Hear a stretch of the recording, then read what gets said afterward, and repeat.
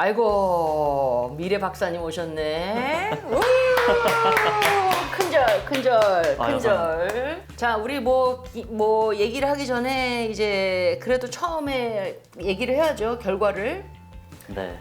자 탑 10 학교 붙으셨죠? 네, 탑 10 두 개 붙었고, 네, 탑 20 하나 붙었습니다. 오케이. 풀 펀딩 얼마요? 세 개 다 풀funding 받긴 했는데 하나는 이제 1억 넘어가죠. 그러니까 11만 달러 정도 합니다. 이마 1억보다 더 많아요. 네. 무슨 얘기야? 네. 왜냐면 지금 박사를 가시는데. 네. 그리고 월 생활비는 얼마 정도 들어와요? 생활비로만 이제 5만 달러 정도. 그러면은 월 얼마 정도지? 하나로요? 월로는 이제 거의 500 넘게. 500만 원씩 들어와? 그쵸. 이마 나 맛있는 거 사줘. 아. 오늘은 제가 쏠게. 아, 오케이. 감사합니다. 오케이. 네. 좋아요. 와우. 굿. Very good. 자, 해피엔딩이에요. 네, 해피엔딩이죠. 그리고 저는 우리 모든 구독자분들이 잘 되기를 너무너무 기원을 해요. 네. 똑같아, 저한테는. 근데 매년 일종의 이렇게 기적이 있어요. 그래서 최근에는 이제 셰프분이 석박사 컴퓨터 사이언스로 됐고 네. 올해는 이미 미라클 케이스예요. 영광입니다. 자, 그렇죠. 참 긴 여정이었죠. 아, 너무 길었죠. 어마어마하게. 네. 자, 몇 번 울었어요? 못해도 한 5번은 울었던 것 같네요. 한 여정이 그래도 2년 이상이었는데 3년까지도 볼 수 있을 것 같은데요. 그렇죠. 왜냐면은 3년 전에 이제 제레미 컨설팅 강의를 네, 보고 처음 시작했죠. 근데 제레미 컨설팅을 보고 나서 좀 유학에 대한 꿈이 꼽혔나요? 아니면은 원래부터 생각하고 있었어요? 사실 원래부터 있었다가 그래서 이제 컨설팅 업체를 좀 알아보려다가 이제 유튜브에서 이제 제레미 컨설팅 보게 됐죠. 그게 이제 제가 여기까지 오게 된 몇 가지 중요한 분기점 중 하나였다고 생각해요. 말하자면 신의 한 수 중 하나다. 네, 감사합니다. 네, 근데 몇 번, 한 5번 우셨다고 그랬는데 네, 울만도 했어요. 그쵸. 좀 몇 번은 그냥 너무 힘들어서 이제 자취하는데 집에서 그냥 밤에 혼자 이렇게 눈물이 좀 글썽이었던 적도 있었던 것 같고. 그리고 우리 같이 손잡고 온 적도 있고 그쵸. 물론 저는 안 울었지만 쌤은 저 한 번도 못 봤어요. 저는 안 울어. 절대 안 했어요. 울면 안 돼. 저 냉철해야 돼. 뭔지 알겠죠? 자, 울만했어. 왜냐면은 첫 번째는 이제 그 F 장학금. 제가 너무너무 그 에세이 소재가 좋다고 했는데도 1차도 안 됐었고, 네, 그쵸? 그때 한번 우리 진짜 그죠? 막 흔들렸고, 그 다음에 23개 학교 지원해가지고 15개 학교가 불합격이었고요. 네, 그리고 불합격이 연속 6번, 7번이라고 했죠. 네. 와, 진짜 그때 피 말랐을 거예요, 하나님. 그때 진짜 지금 생각해도 참 생각하기도 싫은데 소름 끼친다. 지금 생각해도 그죠. 진짜 쌤 말대로 새벽에 자다가도 그냥 딱 깨서 핸드폰 뭐 알람만 있으면 깜짝 놀라서 막 잠 다 깨고 막 그렇게 한 6개쯤 떨어지니까 이거 진짜 혹시라도 다 떨어지는 거 아닌가? 약간 재수를 하면 어떻게 해야 되지? 약간 그런 생각까지 그렇죠. 들기도 했고요. 네. 근데 제가 좀 칭찬을 해드리고 싶은 게 뭐냐면 네.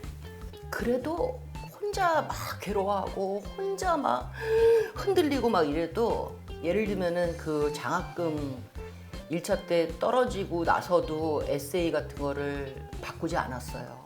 좋은 소재니까. 그거는 이마 진짜 내가 고기 사줄게. 감사합니다. 너무 이뻐요. 이마. 진짜 알겠죠? 네. 그렇지. 실질적으로 작년에 지원을 하시려고 했었죠. 그쵸. 작년에 지원을 했죠. 그렇죠. 근데 왜 1년을 미루었죠? 이제 가장 컸던 거는 선생님이 계기였죠.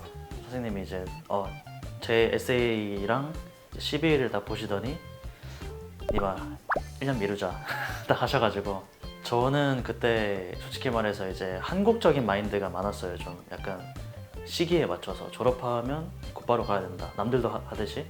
그리고 1년 늦춰지면 약간 내가 뒤처진다 이런 것들. 그런 것들이 은연중에 깔려 있었던 것 같아요. 그러다 보니까 이제 쌤 말 듣고 약간 생각을 해봤어요. 내가 왜 올해 꼭 가야 되는가. 근데 생각해보니까 그런 마인드들이 깔려 있어가지고 아 이대로 가면은 별로 성공적인 유학도 못 될 것 같고, 그리고 또 한 가지가 이제 선생님 말씀하셨던 게 이제 칼은 준비가 됐을 때 뽑아야 된다라고 하셨는데, 그리고 한 방에. 네, 한 방에 해야 된다 하셨는데 저는 올해 딱 그러니까 그때 바로 지원했으면은 좀 후회가 많이 남을 것 같더라고요. 좀 저도 많이 아쉽고, 그래서 1년 더 해서 준비 좀 더 확실하게 하고, 연구 실적, 그러니까 연구 경험도 많지 않았었는데 1년 동안 더 열심히 해서 연구 경험도 좀 많이 쌓고, 그렇게 해서 1년 한번 다시 투자를 해보자, 좀 고생해보자 이러고 과감하게 선생님 말대로 했습니다. 제가 그 얘기를 했던 게 뭐냐면은 석사세요? 아니요, 석사가 그렇죠. 아니에요. 학사죠. 네, 그렇지. 그리고 물론 꼭 논문이 필요한 건 아니에요. Research experience가 그러니까 있으면 좋은 거지만, 근데 그때 논문을 하고 계셨던 게 있었잖아요. 그렇죠. 그쵸. 근데 그게 작년에는 지원 시기가 됐을 즈음 한 몇 프로 정도가 소위 완성됐었죠. 완성이라고 하기도 민망한데 한 20%, 10% 이제 그렇죠. 거의 근데 뭐 안 됐었죠. 올해 지원하셨을 때도 그거 완성 안 됐었죠. 그렇죠. 몇 프로 정도 완성됐었죠, 소위? 그때는 지원할 때는 한 7, 80%. 7, 80%. 네, 그렇지. 그래서 이 논문이 나오면은 그래도 괜찮은 논문이다. 그리고 우리는 잣대가 필요했고, 왜냐면 GRE 점수가 막 어마어마하게 높아요. 몇이죠? 퍼센타일로 치면 이제 벌벌이 70%, 그리고 퀀트가 이제 8, 90%, 라이팅이 좀 낮긴 하죠. 그렇죠. 근데 그 작년에도 그렇게 그런 작년에 적이- 이렇게 안 나왔어요. 네. 그렇죠. 작년에는 50%도 안 됐던 것 같아요. 그렇죠. 그렇기 때문에 그러면 스텝백 하자. 스텝백 하자. 왜냐면 그러면은 논문이 생길 확률도 있고, 그렇죠. 안 나오긴 했지만, 네, 안 나오긴 했죠. 그리고 GRE 점수도 올려서 가자 네, 하고 한 거예요. 네. 그쵸? 자, 근데 그거 아세요? 제가 아까 전에 그 표현을 썼잖아요. 기적이라고. 근데 전 기적이라고 생각 안 해요. 왜? 님은 퍼스널 에세이가 너무 강해요. 그죠? 네. 제가 일관적으로 계속 그 얘기를 했었죠. 네, 쌤이 저한테도 자, 자기를 한번 소개해봐요. 퍼스널 어떤 점이 독특한가요? 본인 중 한 분이 이제 말씀드리자면 저희 이제 어머니의 할머니 분께서 이제 일제시대 때 중국에서 피난 가셨다가 저희 어머니가 이제 한국으로 다시 입국을 하신 케이스인데, 그래서 이제 다문화 가정이라고 할 수가 있는데, 이제 그런 상황에서 선생님이 그런 포인트를 딱 잡으셨죠. 님 이거 독특하다. 왜냐면은 저는 이제 first generation이라고 할 수 있거든요. 사실 저희 어머니가 딱 오셨을 때가 딱 90년대인데, 그때가 이제 그 중국이 처음으로 개방을 했을 때였고, 중국 출신 분들은 이제 제가 그 자녀로는 제가 거의 퍼스트 제너레이션이기 때문에, 미국은 또 다이버시티의 국가니까 당연하죠. 네. 그래서 해야지. 한국에서는 이미 이걸 숨겨야 되는 정말 뼈아픈 아이덴티티지만, 이제 이게 숨기고만 있을 때가 아니라 이제 개화할 때가 됐다라고 선생님께서 말씀하셔서 처음으로 제 진짜 평생 숨겨왔던 제 약점이 강점으로 전환이 되는 순간이었다고 생각합니다. 그렇죠. 단 한 번도 이게 강점이라고 생각 안 했죠. 단 한 번도요. 네. 이거 완전 강점이에요. 아까 좀 얘기했던 것 같이 피서가치 측면. 다른 애들하고 달라. 그리고 거기서만 멈추는 게 아니라 그걸 통해서 님은 그냥 다이버시티를 엠브레이스하는 애야. 왜냐면 님은 다이버시티를 엠브레이스 해야지 님도 살기 때문에. 네. 이해되죠? 그렇죠. 그렇죠. 최고야. 님아. 그래서 누구한테도 카밍한 적 없다고 그랬고, 네. 왜냐면 님은 딱 보면은 이제 한국 사람이고, 그죠? 근데 옆에서 그런 거 때문에 애들이 이렇게 놀리고 그런 걸 본 적이 있었다고 그랬죠. 다른 애들을. 많이 봤죠. 최근에도 보면은 인터넷상만 해도 혐오적인 표현들이 많고요. 근데 사실 저도 그런 반감은 이해를 하긴 하는데, 근데 사실 그런 환경에서 저의 이런 아이덴티티를 공개하기는 좀 어려운 상황이죠. 그래. 이제는 님아 그거 프라이드 가져요. 프라이드는 가지고 있습니다 이제. 오케이? 이거는 진짜 아이고 님들 많은 꼬맹이들한테 기감이 될 거예요. 그랬으면 좋겠어요. 그렇지. 그래서 이제 갔다 오신 다음에 아니면은 뭐 가셔서 약간 님하고 비슷한 이렇게 한국에선 차별 대상이 될 수 있는 분들에서 뭐 이렇게 뭐 하고 싶은 거 없어요? 사실 뭐 지금도 일부 기부를 하고 있긴 한데 그냥 그것도 계속 하고 싶고 그뿐만 아니라 이제 그냥 제가 에세이에도 사실 쓰긴 했지만은 저와 같은 학생이 있으면 그런 친구들한테 기회를 좀 주고 싶다라는 생각을 좀 하고 있어요. 유마 진짜 절대 편협적인 이렇게 막 교수 그렇게 되고 그러면 안 된다. 저는 절대로 네, 알겠죠? 그러지 않겠습니다. 님 그 따뜻한 마음 평생 잊어버리면 안 돼. 잃으면 안 돼. 알겠죠? 네. 오케이. 그 마지막으로 혹시 하고 싶은 얘기는 없어요? 조언같이? 우선은 저처럼 이제 다문화 가정 친구들한테는 제가 말씀을 드리고 싶은 게 정말 한국에만 갇혀 있을 필요는 없다.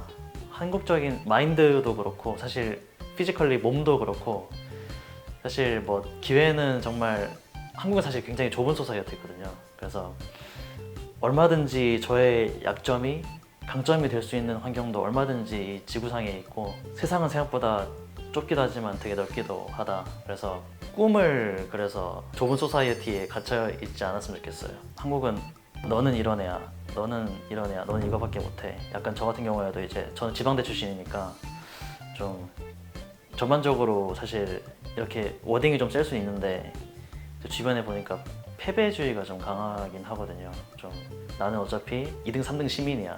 난 어차피 스카이 못 갔어.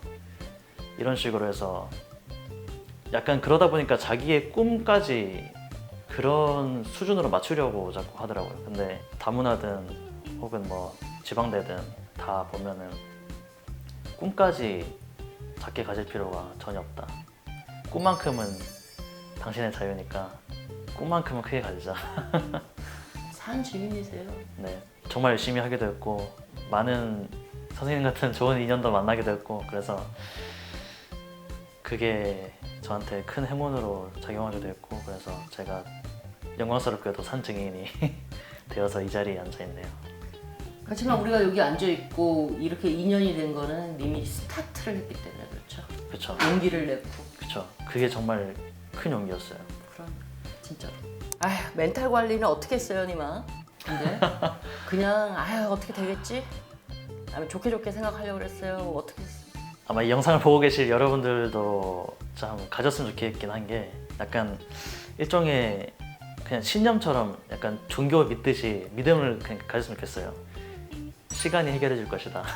이게 저는 크게 도움이 됐고요. 정말 그 준비를 하다 보면은 그 선생님의 그 다른 영상에서 말씀하셨듯이 저는 그게 되게 공감이 많이 됐는데 칼을 몇 개 품에 이렇게 꽂힌 상태로 그냥 계속 앞으로 가는 게 유학 과정이다 라고 하셨는데 살벌하게 하더라. 살벌하게 이렇게 나 비유를 그 하시긴 얘기는 안 했는데 한 것 같지만 그래도 그것도 진짜 아주 다가오네요. 네, 이렇게 확 비유를 하셨는데 다가오네. 아마 유학 준비를 하시는 분들은 공감을 많이 하실 것 같아요. 근데 정말 그만큼 힘들 때가 많은데 뭐 인간관계도 그렇잖아요. 그래서 그냥 이 또한 지나가리라 이렇게 믿고 그냥 꿋꿋이 앞으로 가자.